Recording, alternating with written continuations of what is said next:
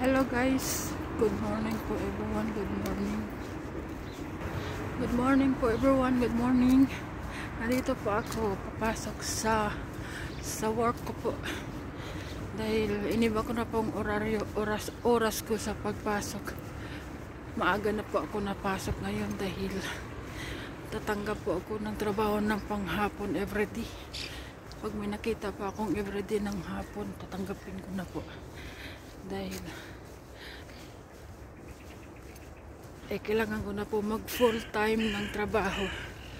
Total naman ay mag-18 ng anak ko. Tama na yung pag bawas ko ng trabaho dahil sinusubaybayan ko po ang anak ko. Maaga po ako na nauwi para kontrolin ang anak ko kung saan siya. Kaya at least makaabot na lang ng 18 bago baka magligaw ng landas ba. Kaya kailangan subaybayan ng anak. Kaya it's time na po para mag full time ng work. Kaya mag-ipon na po tayo ngayon dahil mag-18 na rin ang anak ko. Mag full time na po ako ngayon dahil it's time na po na mag full time work na ako. At least na gampanan ko po ang minor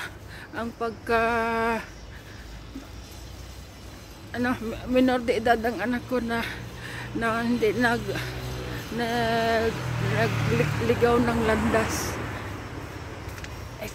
Pag-18 niya na magkamali siya sa buhay niya, kasalanan niya na yun. Kasalanan niya na yun, adult na siya. Kasalanan niya na yun. Maghanap buhay na lang siya kung magliko sa ng landas. Kaya ganun.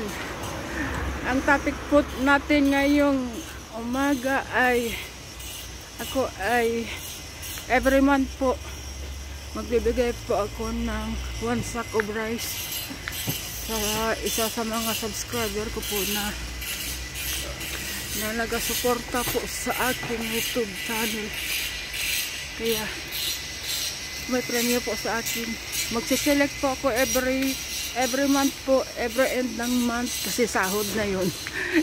Mag-share po ako ng 1 sack of rice every month po. May isa akong bibigyan 1 sack of rice. Ganyan na lang po aking pag-charity. Kasi sa Facebook po ay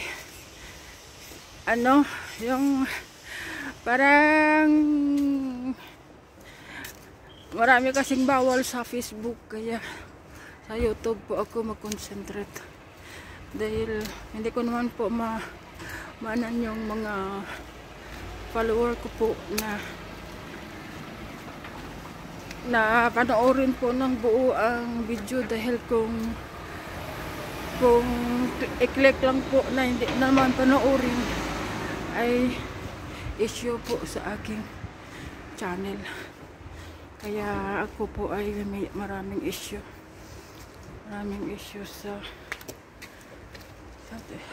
sa Facebook channel ko po. Pag nag-live po ako maraming nasilip. Kaya tapos hindi po nanonood nagsaglit lang po silip. Kaya din yun, yung issue din yun. Kaya sa Facebook po ay mga follower ko po ay nagbibigay sa akin ng issue sa Facebook, kaya nawala po yung mga monetization ko dahil sa issue po. Kaya doon ako kukuha sa YouTube ng premyuhan ko po. Yung nakikita ko po na nanonood lagi ng whole video ko po, yun ang bibigyan ko ng 1 sack of rice. Isa po ang pipiliin ko sa isang buwan, 1 sack of rice. Sa YouTube channel po ako kukuha ng premyuhan ng 1 sack of rice. Kaya yan po ang ano ko ngayon bagong taon. Yan lang muna dahil maghanap ako ng full time panghapon. everyday. Sana may makita kong everyday ngayon na mag-i-18 ng anak ko. Kailangan ko na po mag full time. Kailangan ko po bumawi sa mga taon po na sayang ko po dahil sinusubaybayan ko pong anak ko. Kasi maraming kaibigan kaya kailangan na subaybayan ng anak. At saka pati mga friend niya po. Kailangan ko rin kontrolin. Kaya medyo may takot ang mga kaibigan ng anak ko po sa akin dahil pag dinala nila sa mamaling landas ang anak ko, ay ako po ang nakakaaway nila. Kaya takot din po ang mga kaibigan ng anak ko sa akin. Kaya kontrolado sila. Ay para din naman sa kanila, para kung may mangyari sa kanila, maano ko rin po mga parents nila. Kasi kung dalhin nilang anak ko sa maling landas, kailangan ko rin po kausapin mga magulang nila. Kaya ganoon po, may takot po sila sa akin din. Kasi ako,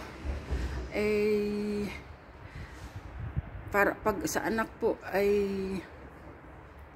gawin ang lahat para maituwid ang landas ng anak. Gawin ang lahat. Tingnan mo, full na full ako noon nung hindi ako ng pera, hindi ako nawawalan dahil full ako sa trabaho. Nakapagtulong pa. Ngayon po ay mga 1 taon din nagbawas ako ng trabaho, 1 taon na rin. Hindi, nung last summer lang pala ako nag-alis sa matanda ko po noon. Nang 100 years old, iniwan ko kasi yun. Kasi pag Sunday, 9 hours ako doon. Kaya, mahaba ang oras po ng Sunday at saka holidays. Mahaba po ang oras ko. Kaya hindi ko maanhan yung anak ko.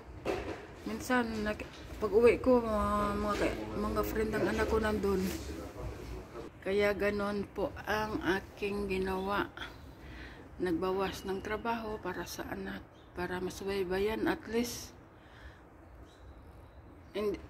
Edad siya 18, hindi siya nakaisip na lumiko sa maling landas. Kaya wala kaso po sa akin kung mga relatives ko po ay masama ang mga pag-iisip sa akin. Dahil ang sa akin po ay para sa anak ko. Yan lang po. Wala po ako pakialam sa mga relatives ko, sa mga tiyahin ko po na sumisira sa pagkatao ko, sa mga relatives ko po. Ay wala pa akong pakialam sa kanila. Ang importante po sa akin, ang aking anak ay maituwid ko po. Dahil sa naranasan namin depression naming dalawa ng anak ko. Ako po medyo okay na po ako. Ang anak ko naman po binibigyan ko ng panahon na maituwid ko rin po ang landas niya para hindi din siya yung mabigat ang ulo dahil sa depression. Kaya kailangan po ituwid ko rin siya dahil siyempre sa nangyari sa amin ng anak ko, sa pamilya ko po ay depression po ang nangyari sa amin ng anak ko dahil sa nangyari. Kaya kailangan ko po maging maayos ang buhay namin ng anak ko.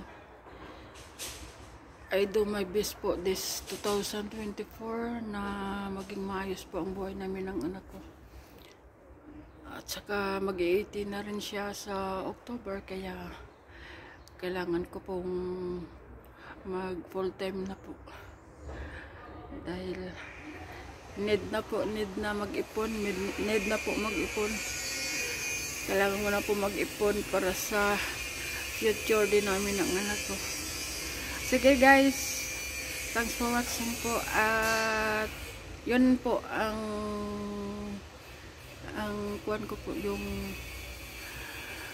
every month po, every end of month ay may bibigyan po ako ng 1 sack of rice sa isa po sa subscriber ko sa YouTube.